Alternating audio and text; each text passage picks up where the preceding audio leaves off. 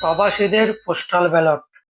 অনেকে বলতেছে বাহরাইনে, কুয়েতে, সৌদি আরবে এটা নিয়ে জালিয়াতি করা হচ্ছে। এই পোস্টাল ব্যালট নিয়ে কারো কি কোনো ধরনের জালিয়াতি করার সুযোগ আছে? আজকে আপনাদেরকে সেটাই দেখাবো। প্রবাসে কোম্পানিগুলোতে শত শত বাংলাদেশি কাজ করে। পোস্টাল ব্যালট আনার জন্য সবাইকে ছুটি দেয় না, অথবা কেউ যেতে চায় না।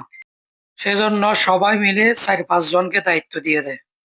তারা গিয়ে নিয়ে এসে যার যারটা তাকে বন্টন করে দেয়।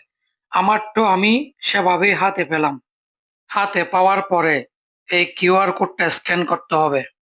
আমার মোবাইলে আমি যে নাম্বার এবং পাসওয়ার্ড দিয়ে রেজিস্ট্রেশন করেছিলাম সেগুলো দিয়ে লগ ইন করতে হবে। ব্যালট ট্র্যাকিং নামে একটা অপশন আছে, সেখানে যেতে হবে। ব্যালট পেয়েছি অপশনে ক্লিক করতে হবে। বামে তাকান, ডানে তাকান, চোখের পলক ফেলুন, এভাবে সেলফি তুলতে হবে। আরো একটা সেলফি তুলতে হবে।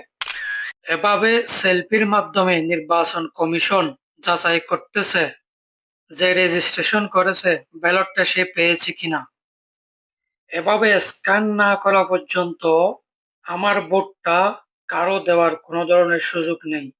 রেজিস্ট্রেশন করার সময়ের সেলফি এবং এখনকার সেলফি যদি মিলে যায়, তখনই আপনাকে নির্বাচন কমিশন থেকে স্ক্যানটা কমপ্লিট হয়েছে বলে ধন্যবাদ দিবে।